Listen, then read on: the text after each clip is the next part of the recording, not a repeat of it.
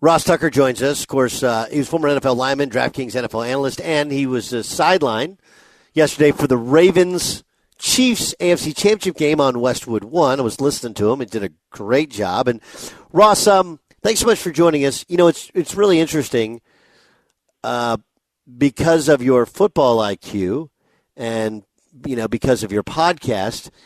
You were talking about, at least in the second half, late in the second half, how the Chiefs all they were doing was 4 bull rush guys, right? And it was designed to keep Lamar in the pocket. Were they doing that the whole game or only late in the second half? No, they were doing 2 different things, it seemed like. Sometimes, both of which, though, Doug, were designed to keep Lamar in the pocket. So earlier in the game, what they did a lot was they would bring an extra defender. Anytime the Ravens had a single back in the backfield in the gun, they would bring a 5th guy, like the guy who could have been potentially covering the back man-to-man. He just blitzed instead.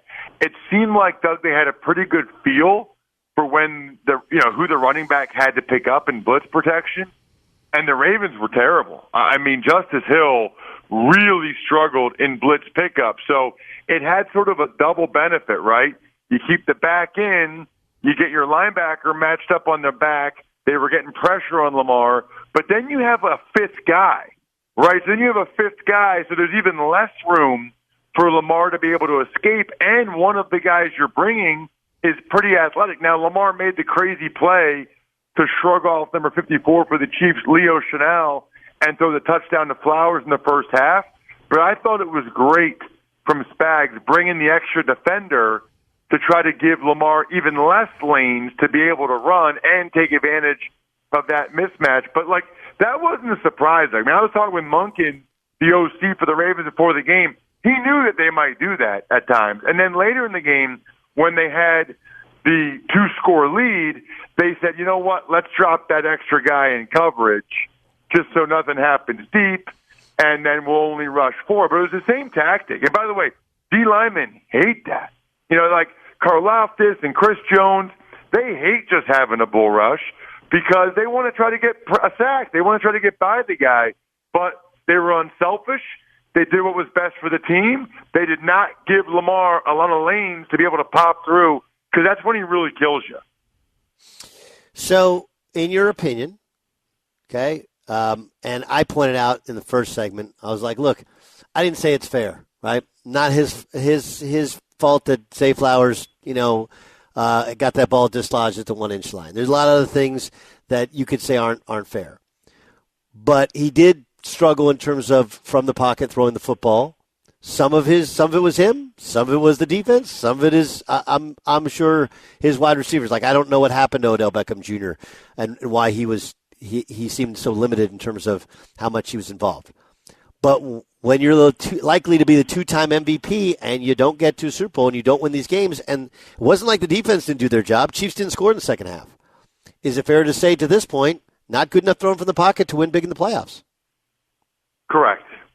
Absolutely it is. Yep, and that's been the book on him the entire time. And he's going to be the MVP of the league, and he probably deserves to be the MVP of the league. And he had a terrific year. But, Doug, you can see it on TV, and I can certainly see on the sideline. He's just not as good as Mahomes throwing from the pocket. So if he's not going to be able to make the big plays with his legs consistently, they're going to have trouble.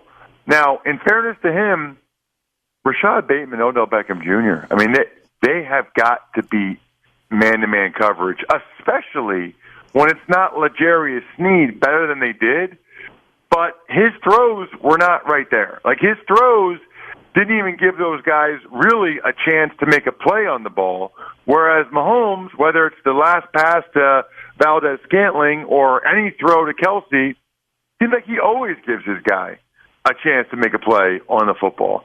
Mahomes is having the best career of any quarterback to this age we've ever seen. The guy's unbelievable. I can't believe that, this soon after Brady or concurrently with Brady, whatever you want to say, that there's another guy that's having this type of postseason resume, postseason track record. It's really, really impressive. And for all these guys, Josh Allen, Lamar Jackson, that's the guy you got to beat, and that's why it's so hard. It's supposed to be that hard. Doug Gottlieb Show here on Fox Sports Radio. That's the voice of Ross Tucker. Ross, help me out. Okay, Mahomes, right? They had 3 and outs in the second half yesterday, and it's a really good defense. Was it the defense, or was part of it they just played conservatively, trying to make, almost like Tiger Woods on a Sunday where, hey, I'm just going to have par and everybody else is going to mess up around me? What limited the Chiefs so mightily in the second half yesterday?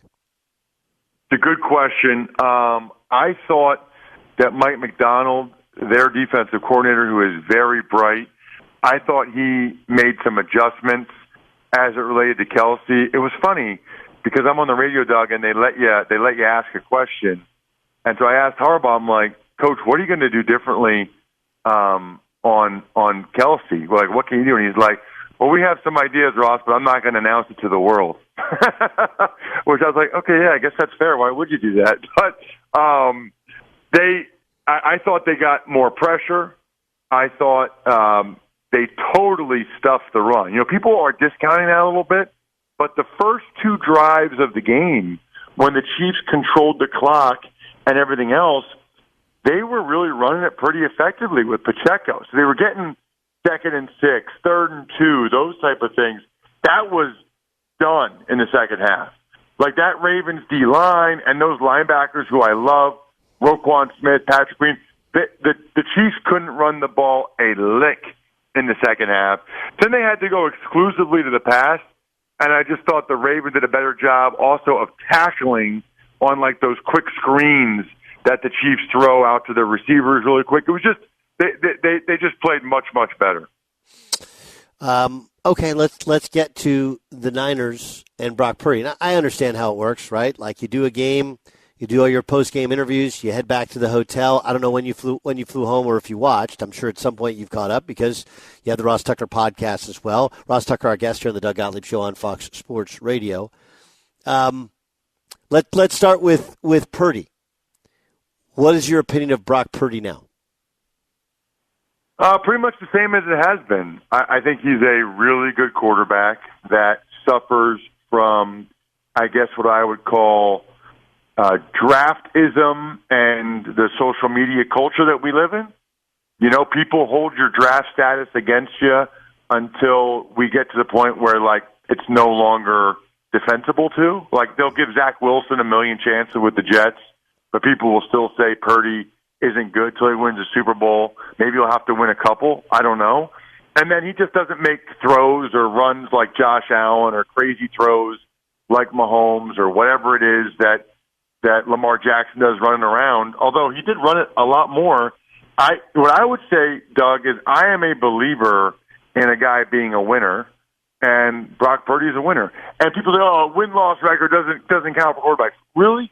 Well, then why is it that, first of all, win-loss record does count for coaches, and the quarterback has more to say with the win or loss than the coach does, first of all. And then second of all, why is it that some guys, like Brock Purdy, have a strong tendency to make the plays that help their team win the game late in the game, as opposed to other guys who don't?